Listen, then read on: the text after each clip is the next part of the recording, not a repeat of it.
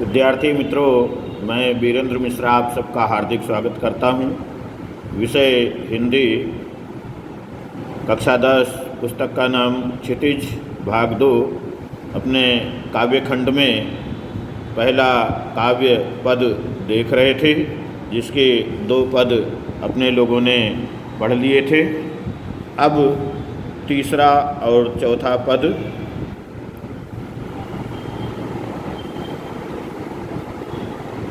पद नंबर 3। हमारे हरिहारिल की लकरी, मन क्रम बचन नंद नंदन उर, यह दृढ़ करी पकरी, जागत सोवत स्वप्न दिवस निशी, कान कान जकरी, सुनत जोग जागत लागत है ऐसो, ज्यों करुई ककरी, सुतो व्याधि हमको लय आए, देखी सुनी न करी, यह तो सूरत नहीं से सौंपो, जिनके मन चकरी। मित्रों, चौथे पद का वांचन कर लें। हरि हैं राजनीति पढ़ी आए, समुझी बात कहत मधुकर के, समाचार सब पाए, इक यति चतुर हुते पहले ही, अब गुरु ग्रंथ पढ़ाए, बड़ी बुद्धि जानी जो उनकी जोग संदेश पठाए, उदो भले लोग आगे के, परहित डोलत दाए, अब अपने मन फेर पाई हैं, चलत जुहते चुराए, त्यों क्यों अनीति करें आपुन जे, और अनीति छुड़ाए, राज धर्म तो यह सूर जो, प्रजा न जाहि सताए।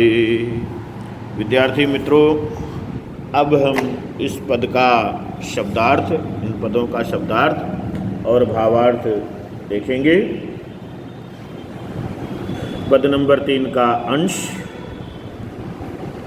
कवि सूरदास जी कहते हैं, हमारे हरिहारिल की लकरी, मन क्रम बचन नंद नंदन उर, यह दृढ़ करी पकरी, जागत सोवत स्वप्न दिवस निशी, कान कान जकरी।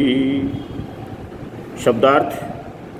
हारिल यानी हारिल एक पक्षी है जो अपने पैरों से सदैव एक लकड़ी लिए रहता है। नंद नंदन, नंद के नंदन यानी नंद के पुत्र कृष्ण, जकरी यानी रटती रहती हैं। मित्रों, इन पंक्तियों का अर्थ, भावार्थ। प्रस्तुत पंक्तियों में गोपियाँ उद्धव से कहती हैं कि श्री कृष्ण उनके लिए हारिल की लकड़ी हैं। जिस प्रकार हारिल पक्षी लकड़ी के टुकड़े को अपने जीवन का सहारा मानता है, उसी प्रकार श्री कृष्ण भी गोपियों के जीने का आधार हैं।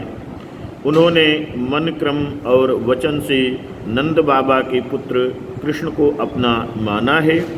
गोपियाँ कहती हैं कि जागते हुए, सोते हुए, दिन में, रात में, स्वप्न में हमारा रोम रोम कृष्ण नाम जपता रहता है। विद्यार्थी मित्रों, ये 3 पंक्तियों का भावार्थ था। अभी पद नंबर 3 की ही अंतिम 3 पंक्तियाँ। सुनत जोग लागत है ऐसों, ज्यों करुई ककरी, सुतो व्याधि हमको लय आए, देखी सुनी न करी, यह तो सूर तिनई लय सौंपो, जिनके मन चकरी। इन 3 पंक्तियों का शब्दार्थ। सु मतलब वह, व्याधि मतलब रोग, करी यानी भोगा, तिनहि उनको, मन चक्री का मतलब जिनका मन स्थिर नहीं रहता। मित्रों, प्रस्तुत 3 पंक्तियों का भावार्थ। गोपियों को उद्धव का संदेश कड़वी ककड़ी के समान लगता है। गोपियों को कृष्ण के प्रेम का रोग लग चुका है। हम गोपियाँ अब उनके आपके यानी उद्धव के कहने पर योग का रोग नहीं लगा सकती हैं, क्योंकि गोपियों ने तो इसके बारे में न कभी सुना, न देखा और न कभी इसको भोगा ही है। हे उद्धव, जो ये योग संदेश लाए हैं वो उन्हें जाकर सौंपें, जिनका मन चंचल हो, चूँकि हमारा मन पहले ही कहीं और लग चुका है। मित्रों, सूरदास जी द्वारा रचित चौथा पद की 3 पंक्तियाँ, शुरुआती 3 पंक्तियाँ। हरि हैं राजनीति पढ़ आए, समुझी बात कहत मधुकर की, समाचार सब पाए। इक अति चतुर होते पहले ही, अब गुरु ग्रंथ पढ़ाए, बढ़ी बुद्धि जानी जो उनकी, जोग संदेश पठाए। मित्रों, ये 3-4 पंक्तियों में शब्दार्थ मधुकर, भंवरा उद्धव के लिए गोपियों द्वारा प्रयुक्त संबोधन है। होते मतलब थे, पठाए मतलब भेजा।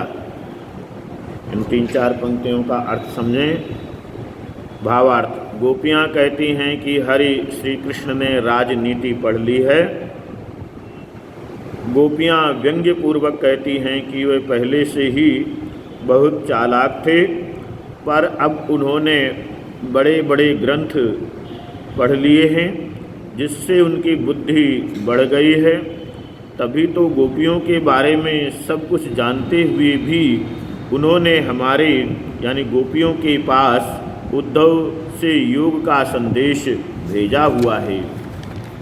मित्रों, अगला चौथा पद का ही 4 पंक्तियाँ अंतिम।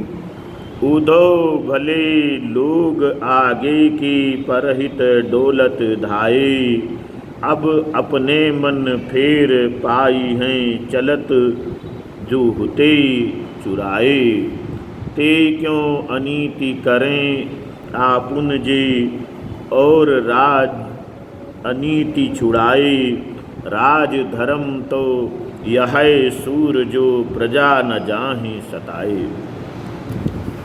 शब्दार्थ इन 4 पंक्तियों का: आगे के, पहले के, दौलत धाए घूमते फिरते थे, फेर यानी फिर से, परहित यानी दूसरों के कल्याण के लिए, पाई हैं यानी पालेंगी, अनीति यानी अन्याय। मित्रों, इन 4 पंक्तियों का भावार्थ समझें। भावार्थ: उद्धव जी का इसमें कोई दोष नहीं है।